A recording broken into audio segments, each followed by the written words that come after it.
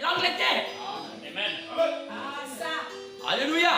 Donc regardez que le naturel qui fuit le spirituel. Amen. Donc Dieu est en train de nous montrer des choses. Donc d'une manière inconsciente, beaucoup d'équipes s'affaiblissent. Parce qu'ils ne savent pas que Dieu est en train de vouloir amener le naturel au réel. Pour qu'on puisse comprendre, Dieu nous parle d'une manière ou d'une autre. Vous connaissez de voir dans tous les domaines là où Dieu est en train de parler. Donc en réalité, la chose doit se passer que la finale doit se passer. En réalité, ça doit être comme ça. Sinon, à quelques fois, parfois le diable peut déjouer cela. Mais en réalité, ça doit aller à ce que l'Italie, plutôt l'Italie qui va jouer contre l'Espagne, l'Espagne est censée perdre. Et si l'Espagne joue un peu mieux, l'arbitre est censé aider un peu l'Italie. Donc, il y a deux choses qui doivent se passer. Et après, quand on regarde bien, l'Angleterre et le Danemark, parce que c'est ça les deux demi-finales, regardez bien, même si vous remarquez que les Tchèques étaient un peu plus puissants, les Danois ont quand même gagné et ils sont passés en demi-finale. Maintenant, les Danois vont jouer contre l'Angleterre, donc les Anglais sont censés gagner. Pour arriver à la finale, l'Italie contre l'Angleterre. Maintenant, entre la bête et l'image de la bête, qui est censé gagner? En réalité, c'est l'image de la bête. Amen.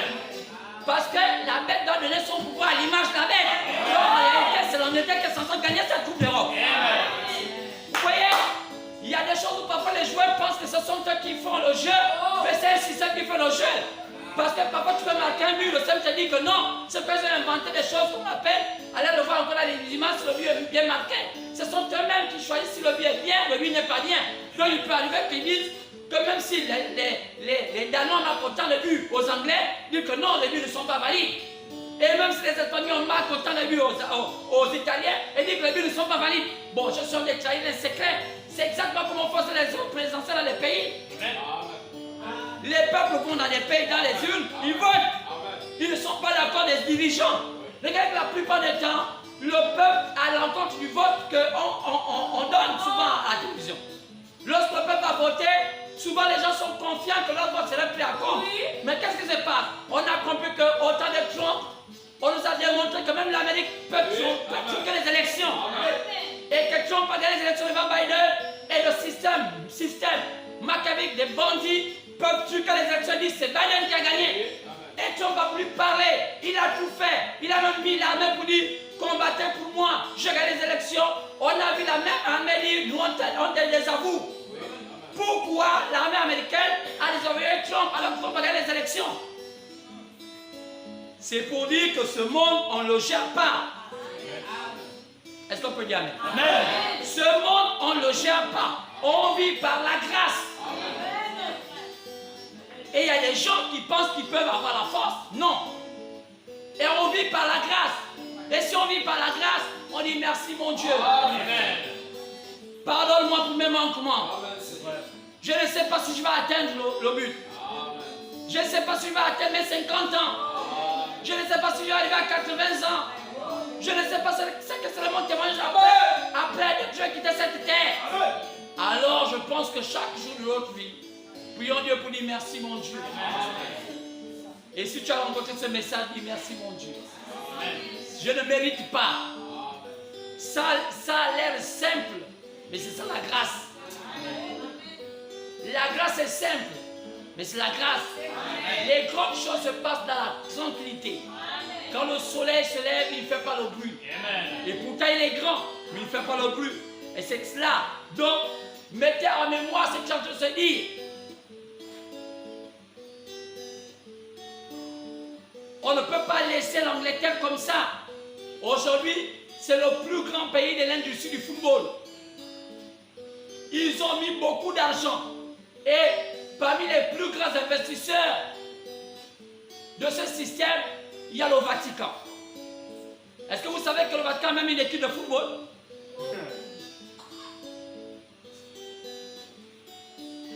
Allez-y, frappez Google tout à l'heure, vous allez voir quelle est l'équipe de football que le Vatican sponsorise, qui joue en première division en Italie, et qui, le pape, chaque fois quand il joue, les regarde jouer. Qu'est-ce que ça y voit avec Dieu? Imaginez-vous ce monsieur Petit Vieux Choc qui était pasteur, soi-disant prophète nigérien. C'est vous qui a aussi fait un club de football? Qui joue au Nigeria. Et il a pu investir dans des joueurs qui jouent aujourd'hui en équipe nationale du Nigeria. Et il appelle ça prophète. Qu'est-ce que ça y voit avec nous? Vous voyez, les gens sont prêts à appeler ce qui est faux vrai. C'est pourquoi les vrais hommes de Dieu, on ne pourra pas croire en eux. Tout ce qu'il dit va à l'encontre de ce qu'on a inculqué aux humains. C'est pourquoi ce matin, tu dois dire Seigneur, merci. Merci même si mon corps ne veut pas croire. Parce que Paul disait, il y a un grand combat entre moi et ma chair. Ce matin, ta chair peut te dire ce qu'elle dit là c'est faux. Mais au fond de ton cœur, tu sais qu'une chose te dit c'est vrai. Paul disait, la plus grande bataille que j'ai c'est en moi. Quand je veux faire le bien, c'est le mal qui arrive. Quand je veux faire le mal, c'est le bien qui arrive. Qu'est-ce qui se passe? C'est le combat entre la chair et ton esprit. Et ce matin, ce qu'on a entendu dire, c'est ce que ta chair peut te dire, mais c'est pas vrai ce que dit le pasteur. Qu'est-ce qu'il y voit entre l'Angleterre, entre le Danemark, entre ceci? Mais c'est cela, le naturel qui fait le spirituel. La nature nous a souvent enseigné et non, on ne comprend pas ça. Quand je suis venu sur la terre, il y a eu des étoiles. Les gens n'ont pas cru. Mais ces étoiles ont montré la venue de Jésus sur la terre. À part les mages qui ont su cela. Il y a peu de temps, il y a encore un peu de temps, le monde nous a fait comprendre que les hommes qui ont la marque de la bête, ce sont Illuminati, donc les francs-maçons. Et toutes les églises ont prêché ça. Dans toutes les maisons, à l'heure actuelle en Afrique, croyez que le 166, ce sont les francs-maçons, appuyés par des pasteurs. Mais demandez à ces pasteurs, où est-ce qu'ils ont pris cet enseignement-là? Vraiment? Oui. Ils ont inculqué à tous les fidèles que le 166, ce sont les francs-maçons. C'est écrit où? Où sont les preuves? C'est pas parce qu'on aide les gens qu'on peut les accuser des choses qui ne sont pas réelles. Même si nous savons que les francs-maçons ont des pratiques qui sont hors du commun. On voit que parmi les francs-maçons, il y a des homosexuels. Il y a des lesbiennes, ça c'est vrai. Mais on ne peut pas les accuser d'une chose qui les concerne pas. Car la Bible ne l'a pas dit. La Bible ne nous a pas dit que ça ne vient pas du côté des athées. Les athées sont des francs-maçons. Ça vient du côté du christianisme. La marque, la bête vient du côté du christianisme. Ça ne vient pas du côté des athées. Car les athées sont les francs-maçons. Jésus a dit que ce ne sont pas du côté des athées. Il a dit que c'est du côté du christianisme. Lisez Matthieu 24. Ils viendront à mon nom. Les francs-maçons viennent pour le nom de Jésus. Amen. Ils confessent aux Isis et toutes ces choses-là. Tort. Mais Jésus dit, ils viendront à mon nom. Au nom du Christ. Ils feront des faux prophètes. Parmi les francs-maçons, il n'y a pas de prophètes. La bas sont les maîtres. Donc, il y a trop de confusion. Mais pourquoi les pasteurs, au lieu de faire le confusion dans ce sens? C'est un message de séduction. Est-ce que vous savez que c'est une manipulation des systèmes catholiques? Est-ce que vous allez taper Google ce matin, vous allez voir la guerre qui se fait entre les francs-maçons et les catholiques? Pourquoi? Allez-y à la Genèse. Comment les maçons étaient bâtis? Comment il y a eu la guerre entre les templiers et les hommes de culte? Est-ce que vous voyez cela? Allez-y voir l'histoire. Quand vous contentez à manger des pizzas, faire cette histoire-là, regardez Google. Allez-y à l'histoire, vous allez comprendre que la guerre, c'est entre eux. La guerre, c'est entre des hommes de lumière, les maçons, et ceux qui détiennent le pouvoir, sinon les catholiques. Et les catholiques ont toujours le pouvoir. Regardez bien l'histoire. Oh, que Dieu vous pardonne. Si vous avez compris ces choses. Et toutes les nuits et tous les matins, les pasteurs vous ont rabâché le mensonge en vous disant que la marque de la bête vient des francs-maçons. Jamais. C'est pas biblique. La marque de la bête vient dans le système ecclésiastique. Il n'y a que la bête et l'image de la bête. Le catholicisme et ses enfants, les protestants, les pentecôtistes, les charismatiques qu'on appelle les évangéliques, tous ces systèmes-là viennent du diable. C'est pourquoi on les appelle livrés. Ils sont semblables au blé. Ils font la même chose, ils prient, ils chantent, ils rentrent en transe, mais ils viennent du diable. C'est quand Jésus disait qu'un jour, dans Matthieu 7 au verset 21, ils viendront bon jour, au dernier jour, disons, Seigneur, on a prophétisé. Les maçons ne prophétisent pas. Ils ont chassé les démons. Les maçons ne chassent pas les démons. Ils ont fait les miracles là, au nom de Jésus. Les maçons le font pas au nom de Jésus. De qui Jésus s'adressait? Jésus s'adressait au système ecclésiastique. C'est ce système ecclésiastique qui vient dans l'enfer. Maintenant, toi, n'aie pas peur de ce qui tue la chair. Aie peur de celui qui tue l'âme et l'esprit.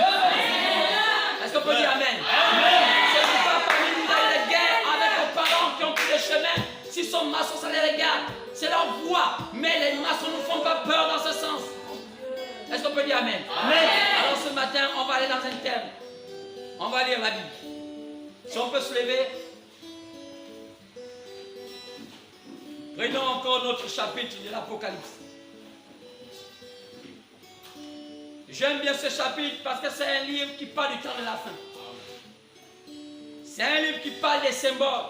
Apocalypse des symboles. C'est le seul livre de la Bible où tout est écrit en symbole. C'est fait pour les hommes des symboles. En d'autres termes, des hommes spirituels. Et les gens qui savent par l'Apocalypse, d'autres inventent des choses. Oh non, là je ne comprends pas. Ça n'a pas été fait pour toi. Ça a été fait pour des aigles. Car l'Apocalypse est fait pour des aigles. Amen. Si tu n'es pas un aigle, tu ne peux pas lire l'Apocalypse. Alors lisez l'Apocalypse ce matin. Prenons Apocalypse chapitre 3, partant du verset 14 au verset 22. Lisons Apocalypse chapitre 3, partant du verset 14 au verset 22. Écrit à l'ange de l'église de Laodicée. Voici ce que dit l'Amen, le témoin fidèle et le véritable, le commencement de la création de Dieu.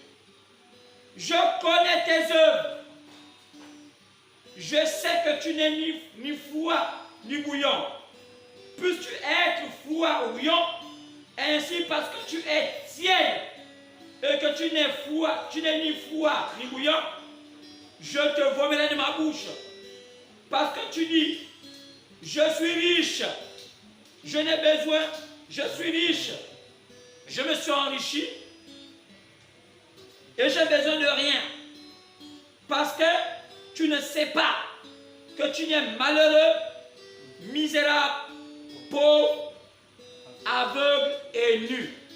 Que le Seigneur ajoute des bénédictions à la lecture de cette parole dans le parfait nom du Seigneur qui a ainsi prié. Amen. Amen.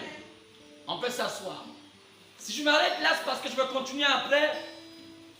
Je m'arrête parce que le thème que nous avons pris ce matin, dimanche 4, qui est l'anniversaire des Amériques, le 4 juillet 1776, je pense que je demandais à Frekel, qui était un éminent futur docteur, l'anniversaire de l'Amérique, il avait peut-être un peu omis de comprendre, connaître, bon, ça nous intéresse, on a trouvé les choses. On a regardé, c'était le 4 juillet 1776. Donc aujourd'hui, l'Amérique est censée avoir 245 ans d'indépendance. Par rapport au Gabon. Donc, j'ai voulu prendre ce petit thème qui est intitulé « Tu ne sais pas ». Donc, le thème d'aujourd'hui a été pris selon l'approche chapitre 3, partant du verset 14 au verset 22, mais à la petite partie où, au verset donc 1 au verset 17, et parce que tu ne sais pas. Et le thème on prend ce matin, c'est « Tu ne sais pas ». Quand on parle de « tu ne sais pas », tu ne sais pas quoi. Si le thème de ce matin, c'est « tu ne sais pas », mais tu ne sais pas quoi. Qu'est-ce que l'Église ne connaît pas? Qu'est-ce que l'Église de Laodicée ne connaît pas? Ici, il s'agit, on s'adresse à l'Église de Laodicée. Si on regarde à partir du chapitre 2 de l'Apocalypse, On va parler des 7 églises. On va parler d'Éphèse. On va parler de Smyrne. On va parler de Pergame. On va parler de Thyatire. On va parler de Sardes. On va parler de Philadelphie. On va parler enfin de la Odyssée. Il y en a 7. Et ces 7 églises sont censées être les 7 églises du temps prévues par Dieu pour apporter l'évangile vers les païens. Je vous ai fait comprendre qu'il n'y a que 3 peuples qui peuplent la terre. Il n'y a que les juifs selon les croyances. Il y a le peuple qui croit selon le judaïsme, donc les juifs, qui sont descendants du sacerdoce lévitique, donc avec Aaron et Moïse, qui avaient changé, qui est devenu le sacerdoce du judaïsme avec la tribu de Juda, comme Jésus étant le principal souverain sacrificateur. Alors, du lévitisme, de lévitique, on a allé au sacerdoce de juif, donc du judaïsme. C'est ce qu'on appelle le peuple juif, ceux qui croient comme le judaïsme. Il y a aussi le peuple samaritain. Le peuple samaritain, c'est ce qu'on appelle les moitiés juifs, les moitiés païens. Ce sont les Arabes. Il n'y a qu'à voir leur religion. L'islam, c'est une religion qui est mélangée un peu du judaïsme et du paganisme. Donc, des choses païennes. Demandez aux musulmans où est-ce qu'ils prennent ce qu'on appelle les marabouts. Pourquoi dans l'islam il y a les marabouts? C'est parce que l'islam a un pas chez les païens. Et quand vous regardez leur manière de croire, ils ont un peu la manière de croire comme les juifs. Ils font leur culte en arabe. Ils regardent vers l'est. Ils ont beaucoup de similitudes avec le judaïsme. Mais ils ont aussi beaucoup de similitudes avec le paganisme. Demandez où est-ce qu'ils prennent le chapelet. Puisque le judaïsme n'a pas de chapelet. Mais pourquoi les musulmans, dans leur croyance, ont le chapelet? C'est parce que ils sont du courant qu'on appelle les samaritains. Un peu juifs, un peu païens. C'est pourquoi ceux qui ont opté d'appartenir à ce courant-là, ce sont des Arabes. Qui sont les Arabes? Un mélange de l'Asie. Ils ont pour père Ismaël. Et enfin, ils ont aussi un peu du côté paganisme parce qu'ils ont un mélange avec l'Occident. Vous allez voir que les Arabes sont un peu métissés. À l'origine, ils n'étaient pas métissés. Les Arabes étaient au Sahara, donc ils habitaient, il y avait le soleil, ils étaient censés être des noirs. C'est le mélange des blancs, des femmes arabes avec des blancs. C'est l'un des plus grands génocides que le monde ne connaît pas. Quoi? Que l'Occident, sinon le monde blanc, le monde de l'Europe, a pu métisser le monde arabe. Quand on regarde bien l'Égypte, c'est un pays qui a été divisé.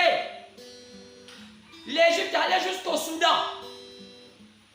Avant, le Soudan n'existait pas. Le Soudan était dans l'Égypte. Si vous voulez voir un vrai Égyptien, regardez un vrai Soudanais. Ça ne fait pas longtemps que l'Égypte a été divisée, on a mis le Soudan. Donc, les pharaons à l'époque étaient noirs. Mais qu'est-ce qui a fait ça? L'un des plus grands génocides qu'on ne doit pas parler parce que c'est une honte. Il fallait coloniser la race arabe et les blanchir un peu. En faisant quoi? Il fallait que les Européens couchent les femmes arabes pour blanchir. Vous voyez, il y a des choses et des choses qui se disent, mais les gens ne connaissent pas. Que les Arabes n'étaient pas blancs. Et aujourd'hui, quand vous regardez bien, chez les Arabes, il y a même une guerre entre eux. Allez en Mauritanie, ils préfèrent avoir un président métis qu'un président noir. Parce que dans le monde des Arabes, les Arabes métissés ont plus de valeur que les Arabes noirs. Quand on notait que chez les Arabes noirs, plutôt chez les Arabes, ce sont ceux qui sont métissés qui sont aux commandes. Et ceux qui ne sont pas métissés ne sont pas aux commandes. Le complexe de la peau. C'est le même complexe que nous avons aujourd'hui chez nous les Noirs. Parce que ce complexe montre que notre peau noire est identifiée par rapport à notre caractère aussi bizarre. Il n'y a qu'à voir un homme noir ou bien une femme noire. Perdre sa gentillesse, perdre ses valeurs. On était humanisme. On était des gens gentils. On était des gens humbles. Mais dès qu'on a tellement suivi la télévision, on a voulu changer la peau, on n'a pas changé même le cœur. Aujourd'hui, quand tu es noir, tu n'es pas seulement noir de peau, tu es noir jusque dans le cœur. Le comportement, la traîtrise, le manque de gentillesse. Aujourd'hui, quand on voit, c'est celui qui a la peau blanche qui maintenant entretient cette gentillesse. Prenez une jeune femme blanche, elle est gentille. Même si elle est fausse, mais elle est gentille. Elle garde. Est-ce qu'on peut dire amen? Amen. C'est le complexe. C'est le complexe de la nation. Donc c'est pourquoi les gens même pensaient que le 21e siècle devait être le siècle de l'Afrique. Beaucoup des écrivains ont écrit que le dernier siècle va appartenir à l'Afrique. Ce qui est vrai. Parce que la lumière a quitté l'Asie. Quand on voit le soleil qui va à l'est, qui descend vers le nord, enfin ça termine par l'ouest. Donc, quand ça termine à l'ouest, ça finit la course au sud. Au sud, c'est l'Afrique. Donc, sur les 4 points cardinaux, le soleil qui va à l'est continue au nord, l'Europe. Après, ça descend à l'ouest, l'Amérique. Et ça finit la course au sud, l'Afrique. Donc, tous les penseurs, tous les grands savants ont écrit que le dernier siècle, c'est le siècle de l'Afrique. Nous sommes arrivés au 21e siècle. Tout le monde observe l'Afrique. Des chercheurs comme Cousteau ont parcouru la terre et ils ont fini par aller fouiller ce qui était en Afrique. Ils ont dit, on n'a jamais vu de telles choses qu'on voit en Afrique. Mais qu'est-ce qu'on a vu en Afrique? Et nous, quand on part, on ne voit rien. Mais qu'est-ce qui se passe? À la fin, on se rend compte que nos présidents, nos leaders veulent calquer la manière européenne. Les Européens qui pensaient, sur les Occidentaux qui pensaient que l'Afrique devait être le bastion de l'humanité, devait être le dernier repère de l'humanité au XXIe siècle.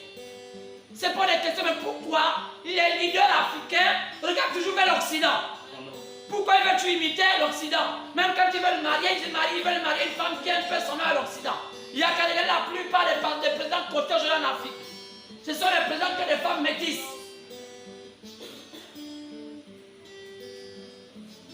Ceux qui ont les femmes noires ne sont pas très bien vus. Et sinon, quand elles sont les femmes noires, il faudrait qu'elles se maquillent à devenir un peu, elles décapent la peau à devenir presque blanche. Parce que l'Africain ne croit même pas à l'Africain. Et beaucoup de penseurs ont écrit à la fin. Avant l'écriture, c'était le 21e siècle, c'était pour l'Afrique. Mais aujourd'hui, il y a plusieurs livres qui sont en train de sortir en disant l'Afrique ambiguë. L'Afrique ambiguë. Donc, quand je parle de mon thème, tu ne sais pas qu'est-ce que l'Église au 21e siècle ne sait pas. Je parle, je vais terminer la lecture de Apocalypse. Il dit, au verset 17, parce que tu dis, je suis riche, je me suis enrichi, et je n'ai besoin de rien, parce que tu ne sais pas que tu es malheureux, misérable, pauvre je te conseille d'acheter de moi de l'or, éprouvé par le feu, afin que tu deviennes riche, et des vêtements blancs, afin que tu sois vêtu, et un collier pour oindre tes yeux, afin que tu vois. Moi, je reprends et je châtie tout ce que j'aime. Et donc du zèle et répands-toi. Voici, je me tiens à la porte et je frappe. Si quelqu'un entend ma voix et ouvre la porte, j'entrerai chez lui. Je souperai avec lui et lui avec moi. Celui qui vaincra, je le ferai asseoir avec moi sur le trône, sur mon trône autant pour moi, comme moi, je vaincu et me suis assis avec mon Père sur son trône. Que celui qui a des oreilles entend ce que l'Esprit dit aux églises. C'est le seul temps dans la Bible. Je répète que après que l'évangile ait parcouru les Juifs, après que l'évangile, donc la lumière de la parole, ait parcouru les Samaritains, donc les Arabes, la parole de Dieu était censée parcourir les païens qu'on appelle des nations. Et ici, là, cette lettre-là n'est pas adressée aux Juifs. Cette lettre-là n'est pas adressée aux Samaritains. Cette lettre-là est adressée à l'église de la Odyssée qui est censée être chez les païens.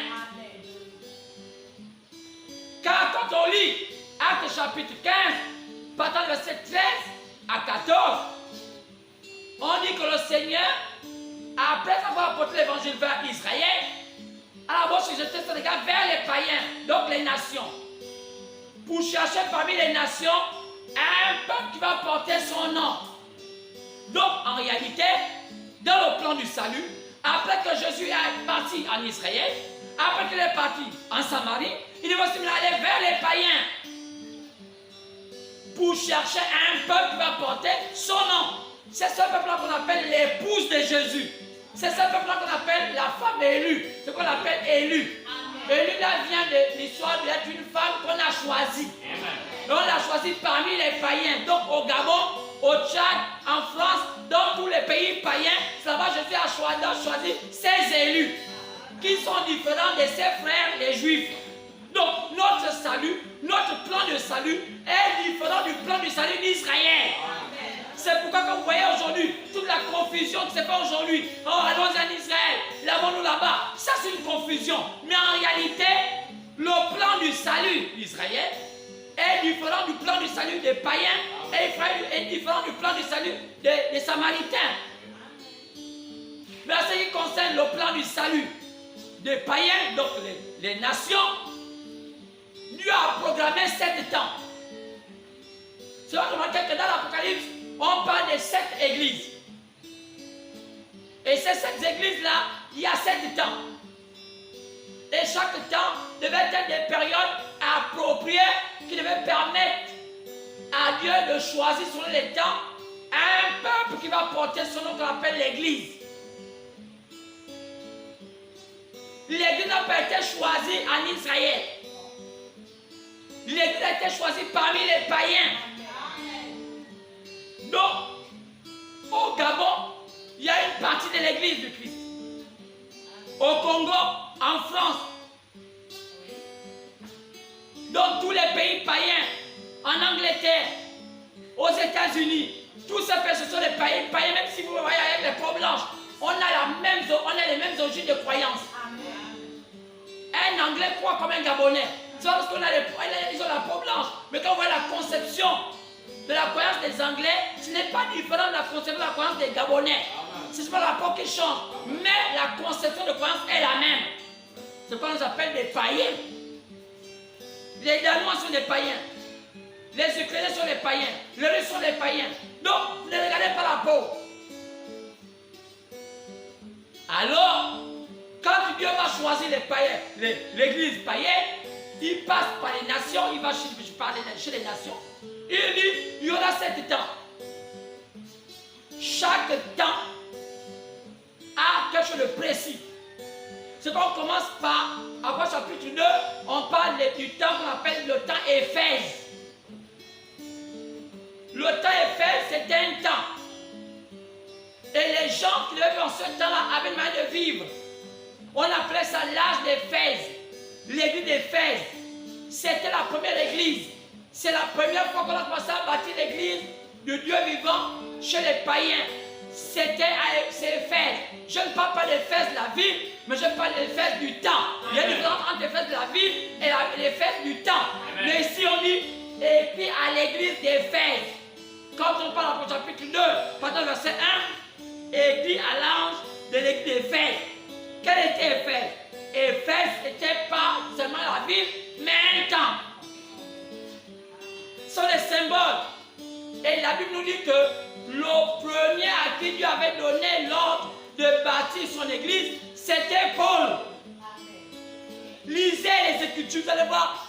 Moi, Paul, apôtre des païens, à qui Dieu a donné l'ordre de bâtir son église. Donc, Paul était censé être le bâtisseur, lui qui commence à mettre les fondements. C'est pourquoi tout homme de Dieu, quand il prêche, si son évangile n'est pas pour de ce qu'a dit Paul, c'est un démon. Paul dit que si quelqu'un vient donner un message contre ce que je donnais, il doit être anathème. Pourquoi? Parce que Paul était censé mettre le fondement. Dans 1 Corinthiens chapitre 3, il dit j'ai mis le fondement. Que celui qui bâtit son œuvre a fait attention. Mais pourquoi les églises ont fini par mettre les femmes derrière la charrette que Paul a dit ne faites pas ça? Alors que Paul était le bâtisseur, lui qui a mis le fondement. Parce que le diable a utilisé. Qu'est-ce qui fait ça?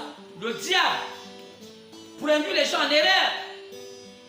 La seule manière dont le diable peut mettre les gens en erreur, c'est de pervertir sur la parole de Dieu. Et que leurs pensées soient en désaccord avec la parole de Dieu. Pourquoi le diable attaque l'église?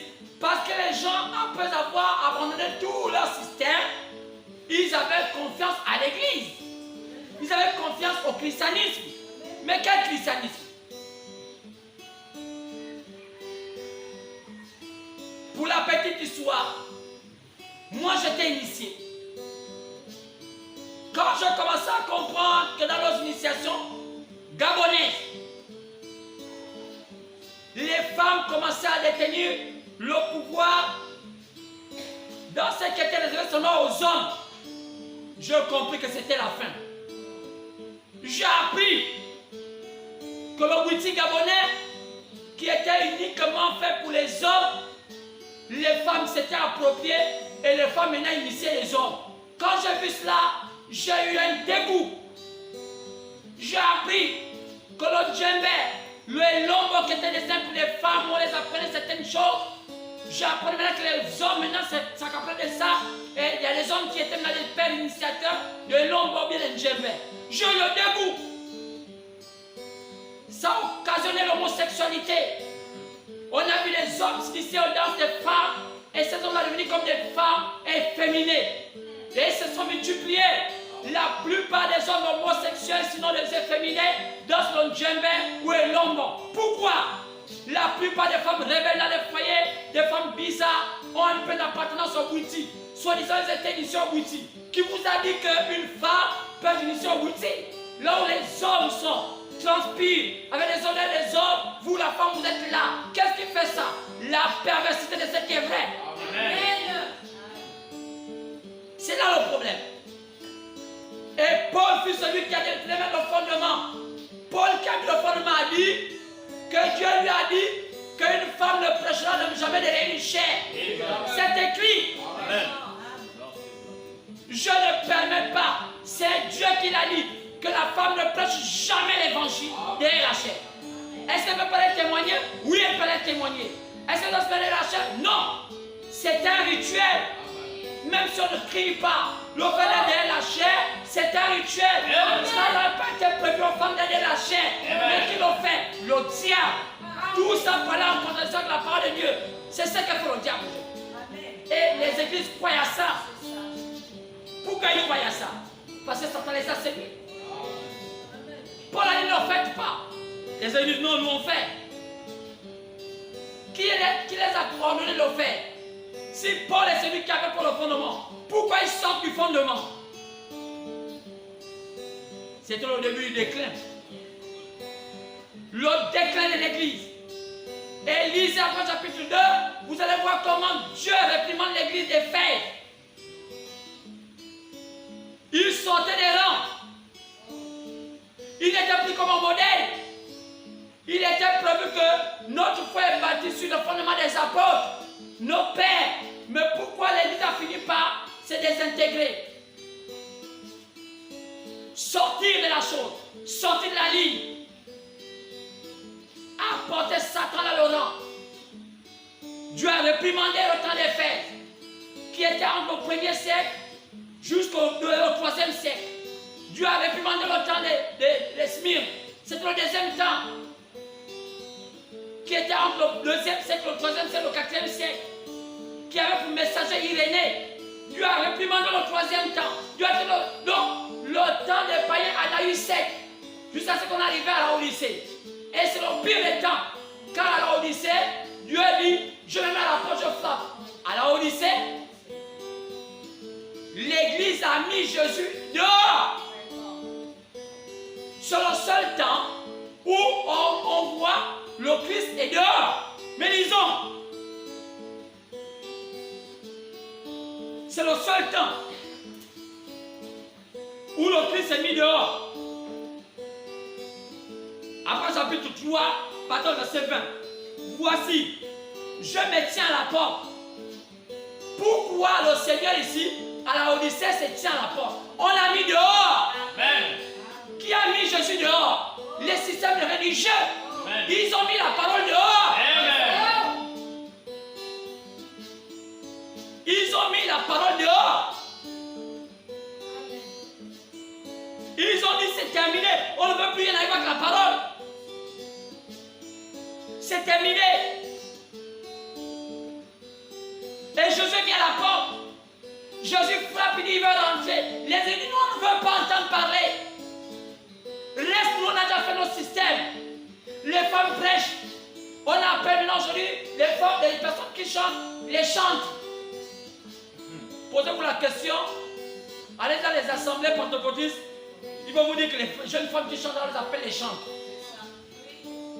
Prenez la parole de Dieu.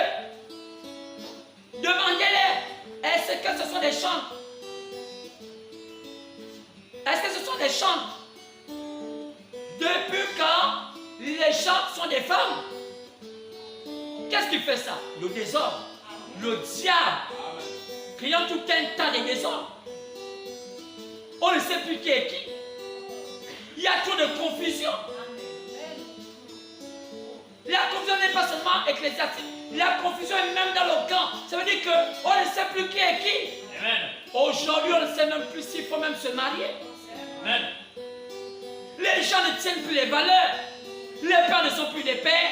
Les mères ne sont plus les mères. Il n'y a qu'à manger nos enfants. Amen.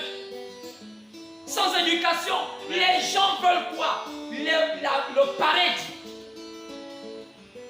Les gens veulent avoir beaucoup de paraître, moins d'éducation. Nos enfants sont abandonnés. Les mamans peuvent être bien habillées, sans éducation. Quand les papas vont chercher le travail, elles vont chercher les balades. Amen. Les papas vont aller chercher le travail, ils vont chercher des communions dans les bars. Amen. Nos enfants sont abandonnés à eux-mêmes. Pas de position, pas d'éducation.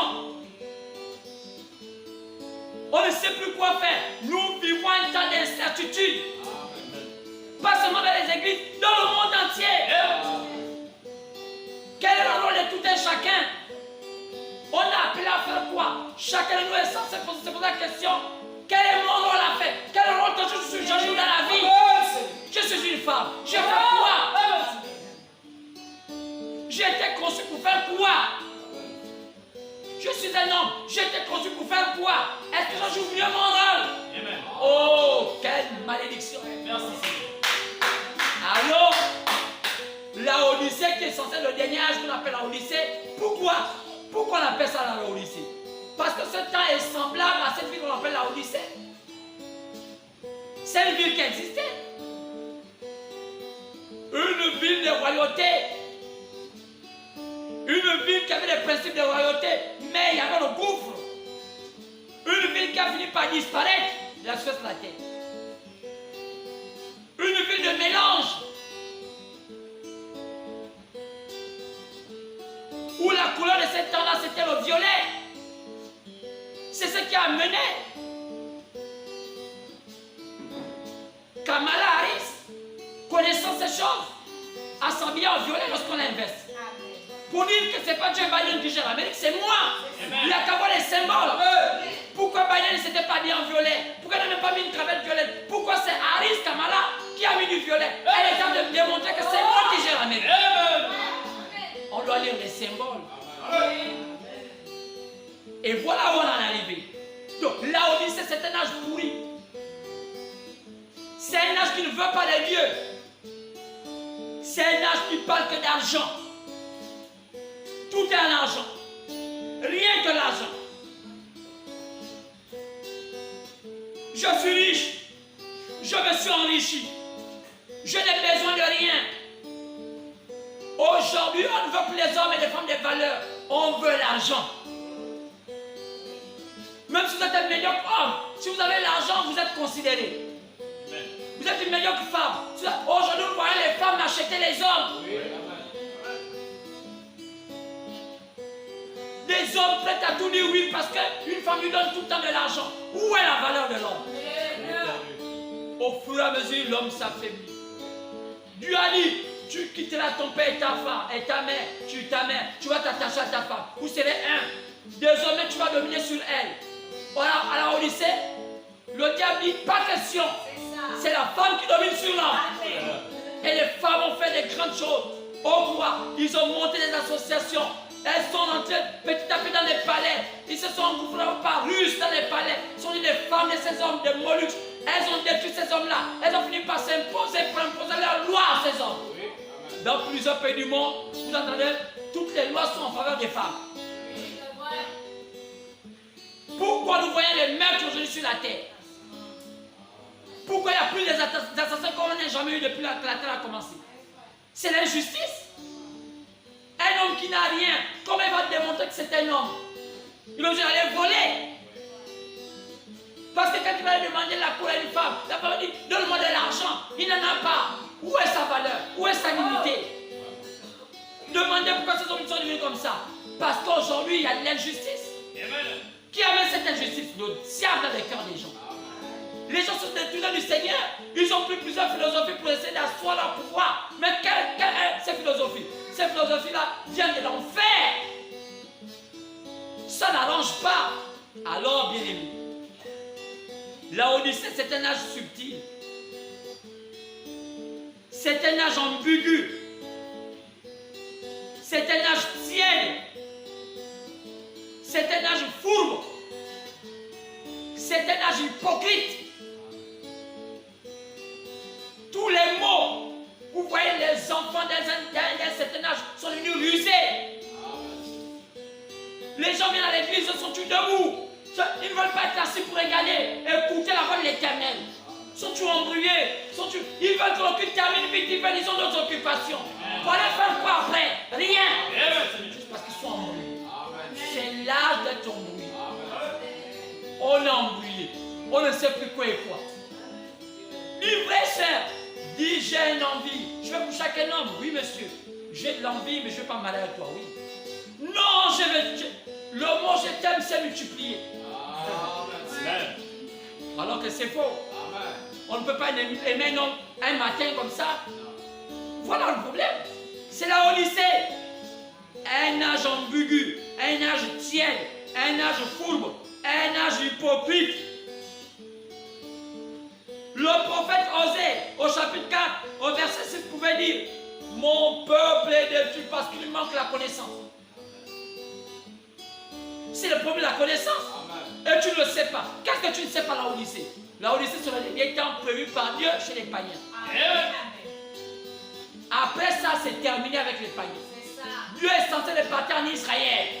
Et nous, on tombe dans nos fourberies, comme d'habitude. On a refusé la lumière. C'est la Odyssée. L'évolution du christianisme, est-ce que tu le sais? Partant du premier âge, comment nous on a été adoptés quand le Messie est venu pour le jubilé d'Israël. Et nous on a été rachetés. Quand Jésus est venu mourir à la croix, c'était notre rachat. On était appelés païens, mais Dieu avait prévu nous faire de nous des princes. Quand Jésus est venu comme étant le Messie sur Israël, il est venu pour nous comme étant celui qui était notre sauveur pour nous racheter. Tu le sais? Comment l'église a commencé? Qui sont les messagers à qui Dieu a envoyé sur la terre pour que nous on puisse prendre attache à eux, pour connaître la lumière, comme les guides. Tu le sais? Non, monsieur. Jusqu'à notre temps, on arrive à la Pentecôte. Tu le sais? Oh non, Père, comment cette fibre-là est passée de Paul à Irénée, d'Irénée à Colomban, plutôt à Martin, de Martin à Colomban, de Colomban à Luther, de Luther à John Wesley, de John Wesley à William Branham. Frère, ce n'est pas William Branham qui a voulu être dans le plan du blé. C'est Dieu qui l'a pris.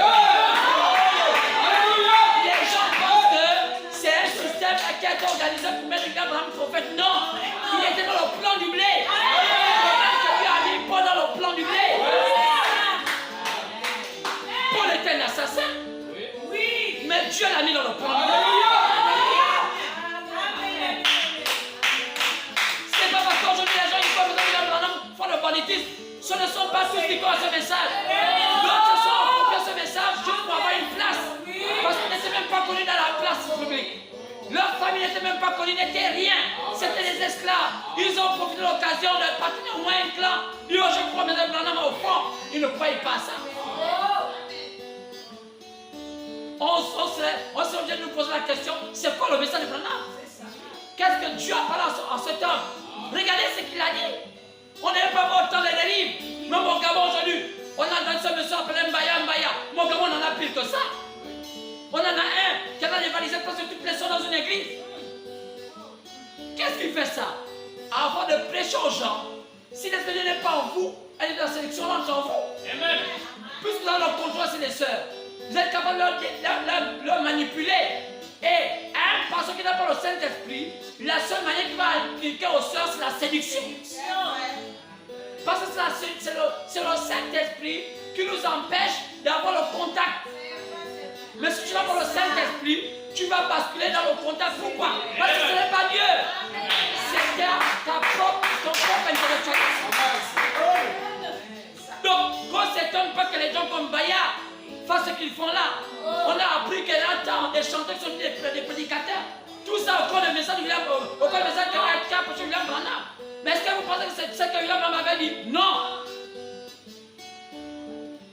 Chacun est libre de démontrer sa folie. Amen. Donc ne mettez pas ça sur le compte du message qui a été apporté par William Branham. Regardez ce qui est devenu le Congo démocratique. Quel est ce pays? Un pays qui est censé être un pays chrétien. Malaisie là-bas. En Afrique centrale, c'est l'un des pays où il y a plus de viols. Les soldats, au lieu d'aller se battre avec les armes, finissent par violer autant de femmes. Si vous entendez les atrocités qui se font dans ce pays.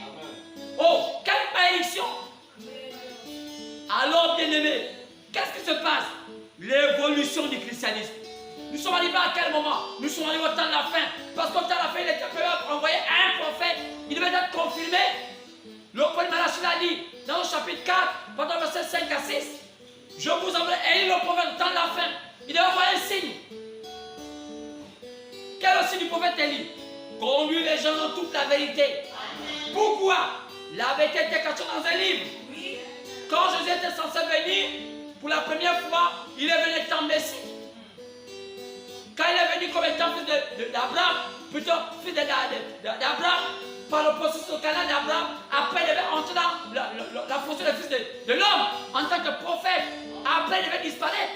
Quand Jésus avait disparu, quand il a vu dans Matthieu 1, dans Acte 1, partant le Seigneur, il dit, le même Jésus qui est parti, il devait venir de la même manière, mais est-ce qu'il devait venir de manière physique. Non.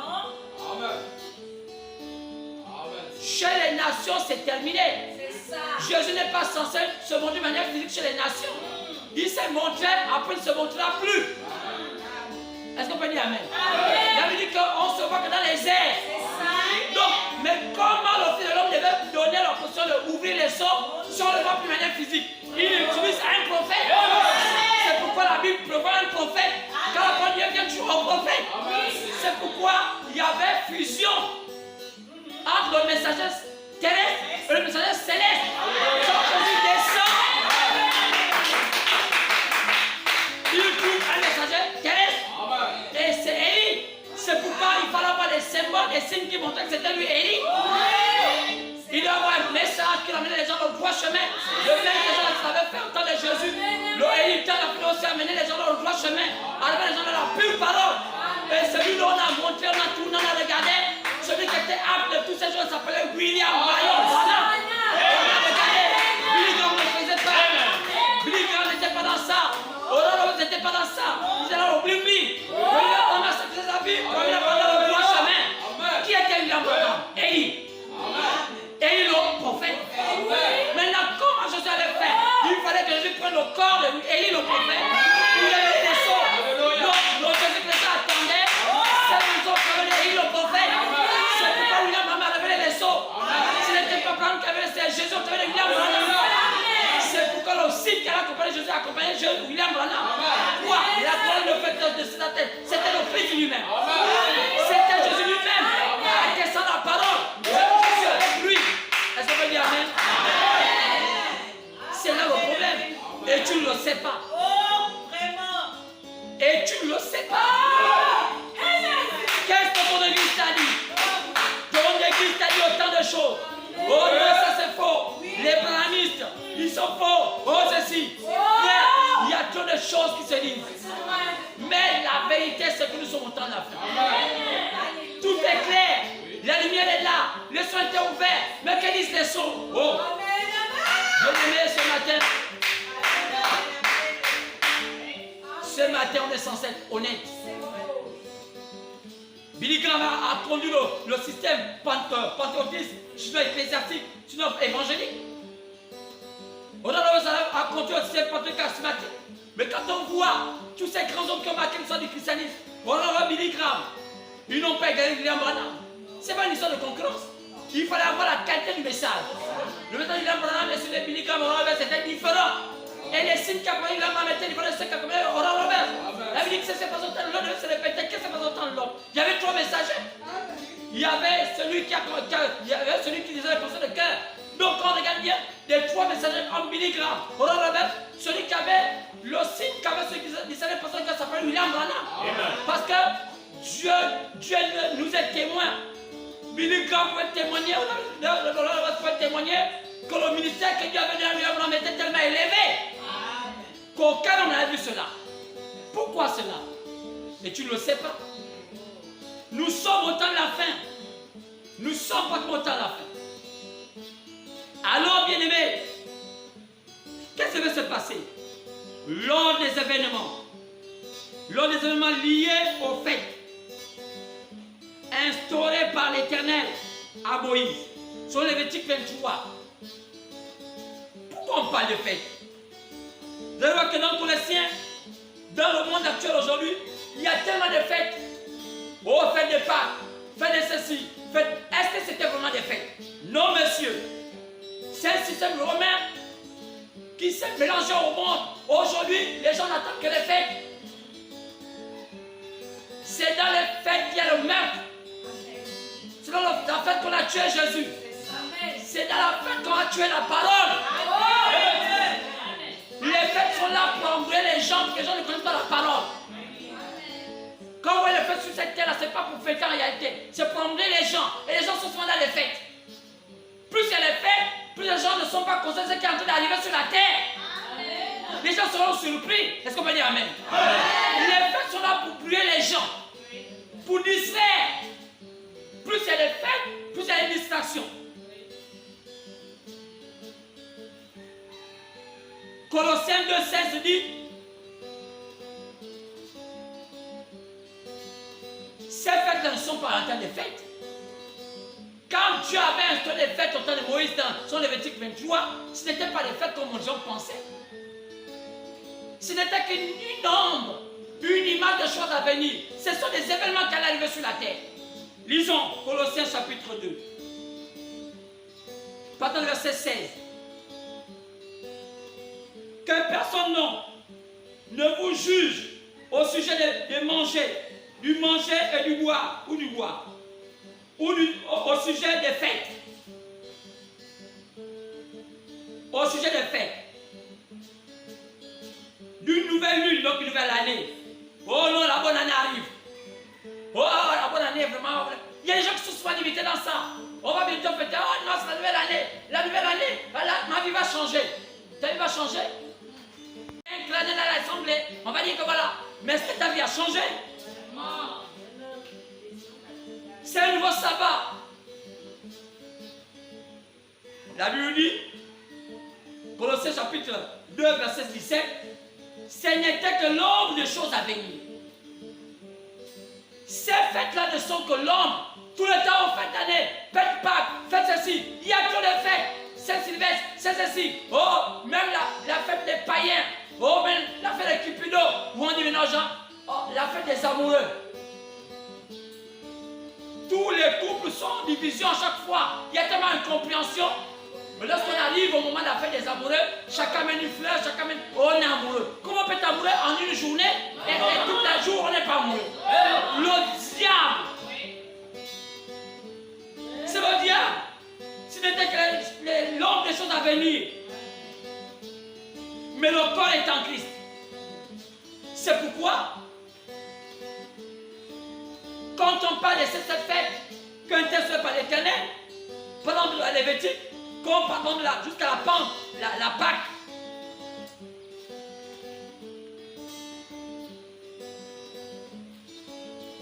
On va voir ça ici. Le Lévitique 23, l'une des premières fêtes, c'était la fête des sabbats. Deuxième fête, c'était la fête des pains sans levain. Non, la fête de Pâques. La fête des sabbats, la fête de Pâques, la fête de pains sans levain, troisième fête. Quatrième fête, la fête de la moisson, qu'on appelle la Pentecôte. La fête de la moisson, on appelle la Pentecôte. La fête où on doit moissonner, on doit récolter tout ce qu'on a planté. Ce n'était que l'ombre des choses à venir. Après les âges de l'église, le monde païen était censé récolter, sinon moissonner tout ce qu'elle devait s'aimer. Quoi? On devait arriver à la maturité de la parole. Donc la parole devait atteindre sa maturité. C'est pourquoi, de même Israël est arrivé à la maturité de la parole au temps de Jésus, parce que regardez bien, à quel moment les apôtres ont reçu, Israël a reçu vraiment l'Esprit Saint. C'est la Pentecôte. Après la mort du Christ, la maturité de la parole est arrivée. Donc quand la maturité de la parole est arrivée, la Pentecôte est descendue. Amen. Dieu ne peut pas descendre en toi si la maturité de la parole ne descend pas en toi. Amen. Donc la Pentecôte était la quatrième fête en Israël. La fête de la maturité, la moisson de la parole. La moisson.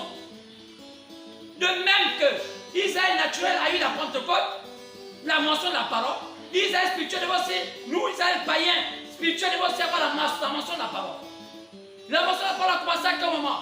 Donc nous les païens, on a eu un temps où on va arriver à la moisson de la parole. La moisson de la parole est arrivée à la Pentecôte des païens. La Pentecôte des païens est arrivée à quel moment? La Pentecôte des païens est arrivée dans les années 1906 à Azusa.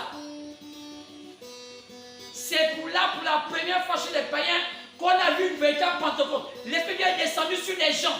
Est-ce que vous le savez? Non. L'histoire nous dit que on ne sait même pas si un tiers de la terre sait que, même les Africains savent que la Pentecôte païenne s'est faite à Azusa aux États-Unis. Combien de gens savent ça? Combien de gens peuvent inculquer ça à leurs enfants? Mais c'est l'histoire du christianisme. Amen. Il y a eu un temps pour Israël naturel, il y a eu un temps pour Israël spirituel. Est-ce que vous dites à vos enfants qu'il y a eu Israël naturel, c'est Israël, et Israël spirituel, c'est nous? Nous aussi, on a eu un temps.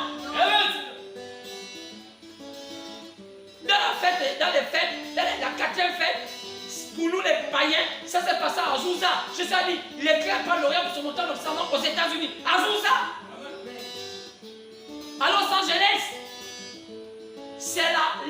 Jésus a commencé à la parole. Où c'est? À Capernaum. L'autre veut dire Capernaum. Amen. Alléluia. Amen. Regardez les choses qui ont la similitude. Le naturel puis le spirituel. Jésus a fait la première fois à Capernaum. Regardez bien. Qu'est-ce qui s'est passé aussi? La Pentecôte des païens a commencé aussi où? C'est manifesté où? À Capernaum. À Azusa. Où c'est? À Los Angeles. Qui veut dire Capernaum. La ville des anges. La même histoire. C'est là où tout a débuté. Jésus a commencé son ministère à Capernaum. Donc le ministère païen aussi devait commencer aussi à Capernaum. À Azusa. C'est là où tout a commencé. Les païens ont commencé à avoir la plénitude de la parole. C'est là où tout devait commencer. En 1906. Après la Pentecôte, après la moisson, on arrive en trompette. 5e fête. Ce sont les trompettes, monsieur. 5e fête, ce sont les trompettes. Après qu'on a fait la moisson, il faut qu'on publie. Que la moisson était bonne. La parole, la sainteté devait être manifestée. William avait prêché. On a vu des grands hommes de lettres. On a vu Billy Graham, Tommy Oswald, toute cette histoire-là, toutes ces personnes-là. Jusqu'à ce qu'on a vu un homme appelé William Branham. Il sortait de nulle part. Un homme venant de nulle part, devenant le plus grand prédicateur de la terre. Même si les gens ne veulent pas le connaître. La nature venait attester que c'est lui que j'ai choisi. La nature était venue attester Jésus que c'est lui que Dieu avait choisi. Mais le monde ne veut pas croire. Parce que le monde vous a inculqué la fausseté. Vous êtes déjà imbibé de la fausseté. Sortez la fausseté ce matin. Craignez Dieu. Éduquez vos enfants. Éduquez-vous vous-même. Éduquez vos maris. Éduquez vos femmes. Soyez des modèles. Craignez Dieu. Venez avec l'espérance à la maison de Dieu. Adorez Dieu. Payez vos dîmes. Payez vos offrandes. Combien de personnes je sais ce qu'on appelle payer une dîme, une offrande? Aujourd'hui, les pasteurs commandent des dîmes. Donc les chrétiens ne savent même plus que c'est un commandement de Dieu. Dis pourquoi je te donne ma dîme? Est-ce que je suis obligé? Es-tu chrétien ou païen? Même les marabouts savent ce que c'est les valeurs. Et nous les chrétiens, on a jeté cela. Oh non, je ne paie pas ma dîme. Je ne suis pas obligé de donner l'argent à ce pasteur. Mais tu ne donnes pas l'argent au pasteur. Tu dis que tu crois en Dieu. C'est un commandement du Seigneur. Tu peux être ta dîme, tu peux être tes offrandes, sinon tu voles à Dieu. Malheur à vous. Est-ce que tu le sais? On est arrivé à la Pentecôte. Qui le sait? Il fallait que Dieu manifeste. Ce qui s'est passé de Éphèse jusqu'à la Odyssée, on est arrivé à la Pentecôte. Quand on est arrivé à la Pentecôte, c'est là où c'était compliqué. Au lieu de comprendre l'esprit, on a créé un système pentecôtiste. C'est ce qui a encore diablé la terre. Le système pentecôtiste a embrumé le monde. Hollywood est rentré. On a pris les rap, on a pris tout ce qui était impur, on a mis dans l'assemblée des saints, et les gens se sont imbibés de ça. On a dit, soyez quand même modernes, soyez quand même évolués, soyez quand même émancipés dans les ténèbres. Et l'église s'est embourbée.